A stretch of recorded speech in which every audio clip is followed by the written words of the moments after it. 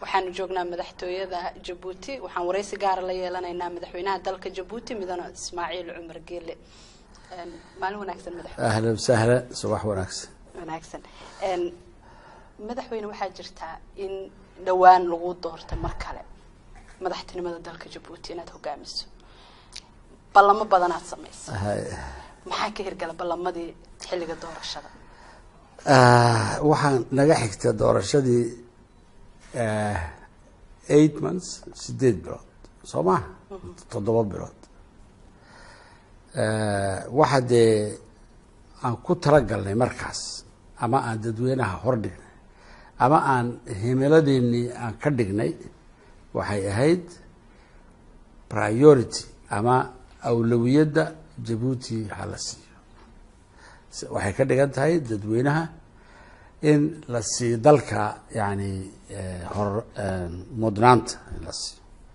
Djibouti first marka waxaan dee ku talagalnay inaan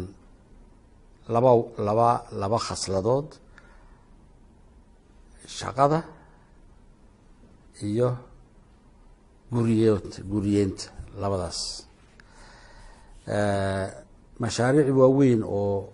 kolkii dee qabanqaabadooda aan ku jirnay ayaa imika hirgelistoodii ay bilaabantay hadday tahay yani xadiidkii tareenkii shalay toole aan daawanaynay oo isagu aan leenahay meel weyn buu ka qabanayaa dhaqaalaha iyo shaqa abuurkaba hadday tahay yani guryaha oo iyagana barnaamij weyn oo ilaa 10,000 oo guri inaan dhisno oo dabaqadaha yani yaryar ee hoose aan ka bilowno inta aanan itaal lahaynna foundation baan u samaynay kunkii guri ee ugu horreeyey iyagana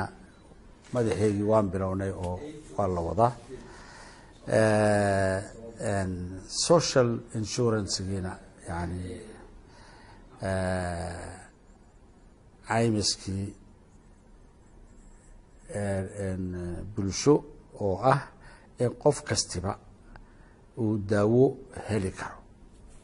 ama ha shaqeeyo ama aynaanu shaqeyn ka shaqeeyay wuxuu gargaarayaa ama uu taakulaynaya ama uu inta isaga laga jarayo lagu daweyn karayaa dawladuna inta hadhay iyaduna ku daraysa marka alxamdulilah waxaan is leenahay dee bilow wanaagsan weeyaan oo 8 bilood waqti dheer ma aha shaqadu way badan tahay insha Allah waan mudan madaxweyne waxaa jirta Afrika inta badan caqabadaha ugu waaweyn ee ka jirta waxaa kamid ah dhinaca shaqooyinka oo dhalinyaro badan aan shaqooyin haysan haday haystaan shaqooyinka ay yihiin kuwa noloshooda ay ku maareen karin taas waxay keentay arrimaha tahriibka in dhalinyaradii ay niyad xumaadaan inay ku biiraan kooxaha qasaska geysta ama xaq jirinta ah shaqa abuurka dhalinyarada mudnaan intee leeg ay dawladdu siinaysaa ta koowaad maxaa yeelay tababar ayaa horta tacliintii in dadkoo dhan loo furo oo qofku kolkuu miyi ka yimaado isaga oonan waxba dhigan oo ma garanaysaa ay sooreysna ah marka uu yimaado halis buu keenaya maxaa yeelay waxba ma baran mana hayo xirfad uu ku shaqo tagana ma haysto sidaa daraaddeed in aan horta tacliintii miyi iyo magaalaba la gaarsiiyo waxbarashadii aqoon la siiyo qofkii talabaad in loogu talagalo in uu xirfad yeesho oo vocational centers laga furo wadanka dhammaantiisa shalay tole intaad joogtayba magaalada partnership yaa abuurmay sharikad weyn oo Shiina iyo iskuulka farsamada ee magaalada oo partnership samaystay in uu maxay yeelay waxay ahaayeen sharikadani waxay tahay saakana waxaan u soo dhignay dhagaxii 2 tower oo 23 dabaqa inay dhisaan 2,000 qof baa ka shaqayn doonta kolka ay dhamaatana 1,000 qof baa si joogta uga shaqayn doonta kuwaasi ayaa dee ahaa sharikadii u horeysay ee wadankeena timaada oo waxay timiday siddeetankii waxa weeyaan 26 sano 36 sano wey ayaga ayaa iskuulkani farsamada ee partnership bay la sameeyeen aan ku leeyahay iyagaa dhisay sharikada baa dhistay iskaashiga wadanka China iyo Djibouti baa ku dhisay iyagu imika ardayda halkaa ka soo baxda dhammaantood inaan anagu shaqo siinaan doonayna oo xirfadaha aan doonayno in magaranaysaa ila noogu baro sidaas oo kale iyaan anagu yani ahamiyad weyn u siinayna in caruurtu ay wax barato ay wadankooga aaminto magaranaysaa oo aan ka ilaalinaa xagjirnimada iyo meesha cidlada laga helayo caruurta oo loo akhriyayo quraan shaytaan loo akhriyayo ama la tahriibinayo ama dariiq kale la marinayo oo dhibaato mujtamaca u keeni karo tan xagjirinta haddii aan sii dabagalno waxaa jirta madaxweyne in guud ahaan geeska Afrika Uganda Kenya Djibouti Ethiopia iyo Soomaaliyaba ay weerar ka geysteen kooxaha xagjirinta gaar ahaan kooxda Al-Shabaab iyo kooxo kale oo gacan saar la leh qatar intee leeg ay gobolka ku hayaan kooxahaas xagjirinta ah mustaqbalka sama ku muuqata in laga adkaan karo wallahi meesha aan ku naalno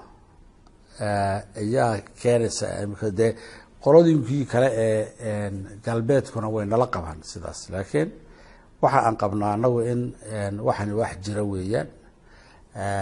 dadka caroonaya uunba ayuu ka yimaadaa iyo dad iyagu isku haysta inay yani xoog wax ku boqoonin karayaan ama ay xoog talo ku heli karayaan ismooy oo kolkaan soo huwanaya yani go-i diinta soo huwanaya waxaa jira iskaashi wadanada aada soo tirisay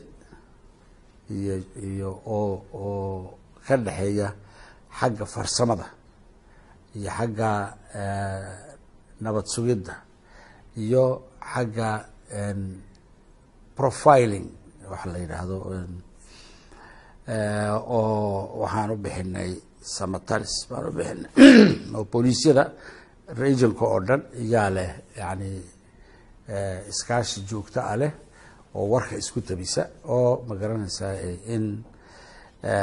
nabadda ragga la iska ilaaliyo oo la iska daafaco hawl weyn yaan ugu jirnaa madaxweyne Obama dhawaan waxa uu soo booqday gobolka khudbad uu ka jeediyay midowga Afrika waxa uu kula dardaarmay madaxda Afrika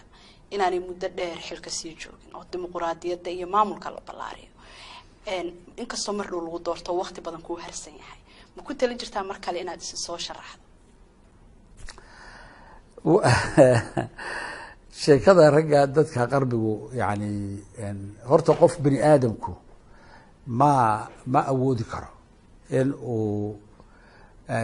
yani carcartii uu awalkii ku bilaabay inuu ku dhameeyo ama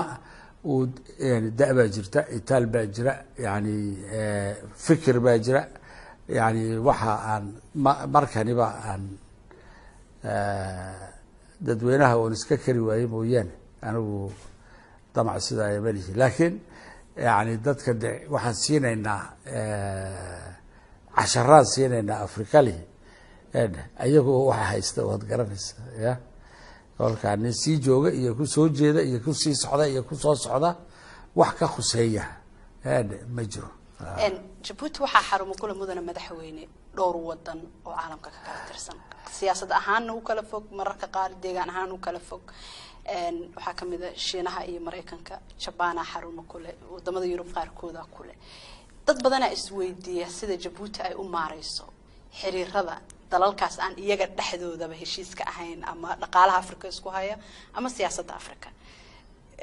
sidee Djibouti u maareysaa waxa weeye wadanadu waxay iskugu tagaan masaalix weey dano weeyaan waxa isku geeyay maaha wax kale maaha anagu xiriir wanaagsan ma dadka la wada leeyahay laakiin waxa isku keenay ayaguwa yani maaha xiriir anaga ay naleeyihiin maaha oo qura waxa weeyaan hawlo adduunkaba wada haysta oo yani burcadbadeed lala dagaalamo hadday tahay argagixisada adduunka haddii lala dagaalamo tahay masaalix dana ay ayagu leeyihiin oy geeskan iyo gobolkan kaleeyihiin ayay u yimaadeen annaguna hawshaas horeyba waan ugu jirno keliya baan ku ahayn inaan dee wada galno waa caadi weeyaan wax dhibaato iyaguna masaalix kale ay leeyihiin oo inaanay isjiirjiirinana way ka dhexaysaa taas. Mareykanka dhawaan waxaa la doortay madaxweyne loo doortay Donald Trump waxa uu bedelayaa madaxweyne madow ah madaxweyne la sheegay in Afrika uu xiriir wanaagsan la lahaa oo ka soo jeeday sidee u dareemaysaa madaxweynaha cusub ee Mareykanka? Shacbiga America ayaa doortay kalsoonidiisii siiyey waxa dee anagu Afrika haddaan nahay horta barnaamijkiisa kuma wajirnaba anagu oo wixii aan ka dhageysanaynay oo dhan kama muuqano kulleyba se xidhiidh bilateral oo dowladeed waan leenahay waa dowlad waxaan la leenahay shakhsi maaha dee yani